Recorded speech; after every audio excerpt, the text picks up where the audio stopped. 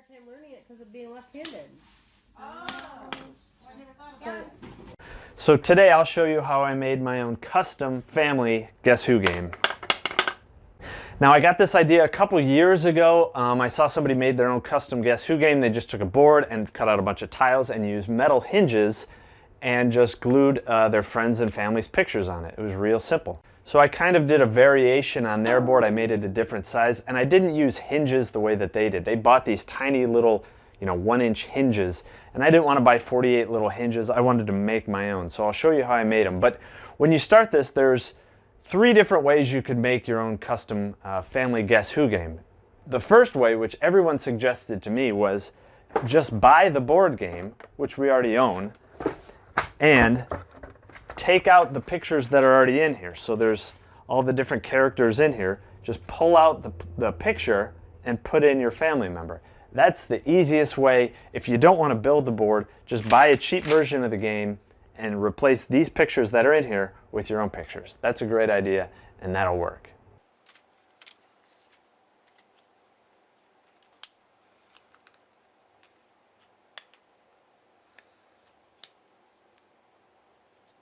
And with this method, you'll have to measure these tiles, measure the pictures themselves. And when you go on something like Microsoft Word or something online, and you're going to have to take all your friends and family's pictures, scale them down to fit this and the text. But I didn't want to go with that method. I wanted to do something more homemade and memorable. So I made these boards here.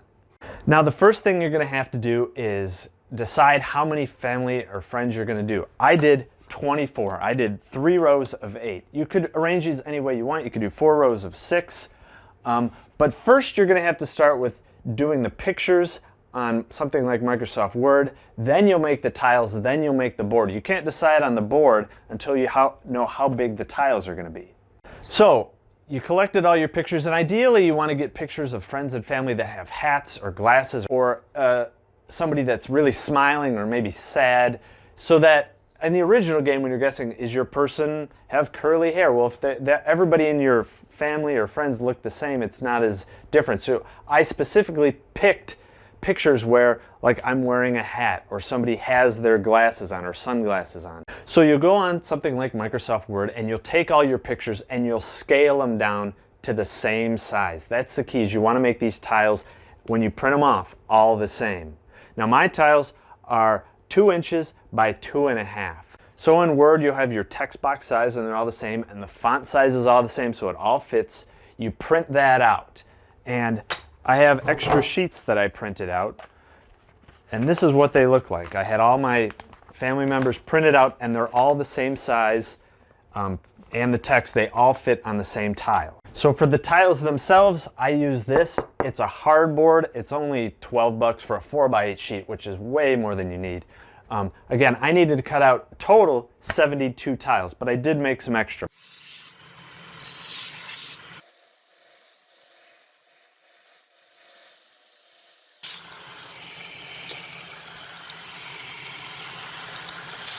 So you're going to need, again, 24 per board, and then 24 more for your bag of all the tiles where they draw the person out of the bag. So you're going to need 24 blue, 24 red, and 24 yellow.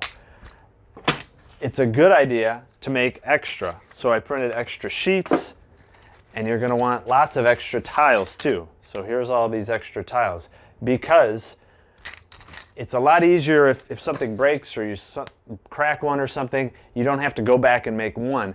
So now you have your tiles, and you need to paint them, again, red, blue, and yellow. And you want to paint the whiteboard side is what I did. I painted the white side and the edges after I cut them out.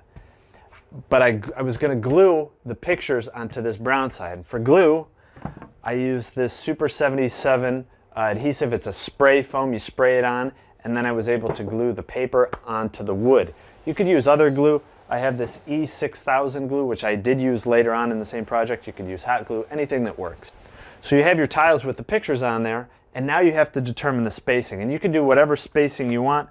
I left a 1/2 inch on either side, but remember, you have to leave more because they're going to flip up, and you need room for the back person to also flip up. So you're going to need, mine were 2.5 inches tall, you need to leave about 3 inches for the person behind and in front to be able to flip up as well. So you'll figure out all that spacing, and that's how you'll get your board size. And I'll give all the dimensions that I did. I'll show you the pictures of all the dimensions that I did for making these boards and the variations I was going to come up with. Also, I put at the bottom family guess who, and you're going to have a holder. I just made it out of wood, and that's where your picture sits in. So when you draw the person out of the bag, you put them in the holder right there. So you have to account for that too on the bottom. Now, as far as the hinges, the easiest way is what the original person did, was just buy 48 little tiny 1-inch hinges as small as you can, and either glue them or screw them onto these tiles. I didn't like the look of that. I didn't want to do that. These have to go back and they have to stop. They don't flip all the way down. They have to sit at about a 45-degree angle or a 60-degree angle off that board. So you have to come up with a way that they go back, but they stop at a certain angle. So that's the tricky part. So the version that I came up with, and the reason I did it was because it was free, was I used plastic tubing and little wire. So I have this Harbor Freight baling wire that I use for 1 million projects, and I decided to beef it up a little by twisting it. So I put it in I looped it around, put it in a vise, put it in my drill, and I was able to twist it and get this kind of braided, heavier duty wire look. I bent that up through the tubing and down, and that gets pushed into the board. So there's 2 holes in the board. This gets pushed in on either end, and it's glued on the face. This allows me to adjust it just at the right angle, so when it's down, the back of the tile holds itself up. So the tubes are glued onto the face of the picture at the bottom, which I accounted for in the beginning.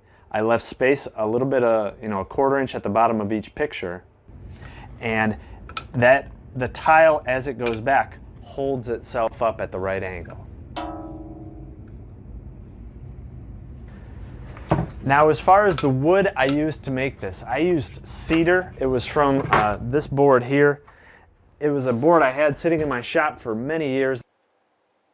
So it took a little bit longer than I had planned. I thought this was kind of like a weekend project. It took longer than that just because there's a lot of calculating and measuring and figuring out, okay, I can't make the board until I make the tiles. I can't make the tiles until I do all the pictures. So you have to do one and then the other, then you have to paint them, then you have to figure out, make all the hinges, then you have to determine the spacing, then you can make the boards.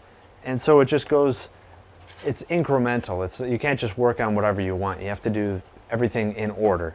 And the tiles, I just use an old bag that I had and I write tiles on it. So that's what you keep with the game. So the game is basically this. You have 2 boards in your bag of tiles. And to finish it off, I did boiled linseed oil and wax. I like the wax instead of a polyurethane type of finish. And I burned a family guess who in it. And just to show that it's a kind of a personal, homemade looking game. So I hope you like it. I'd like to see your comments on how you would make hinges, because these aren't the perfect solution, but they work and they're kind of what I came up with. So let me know what you think. Thanks.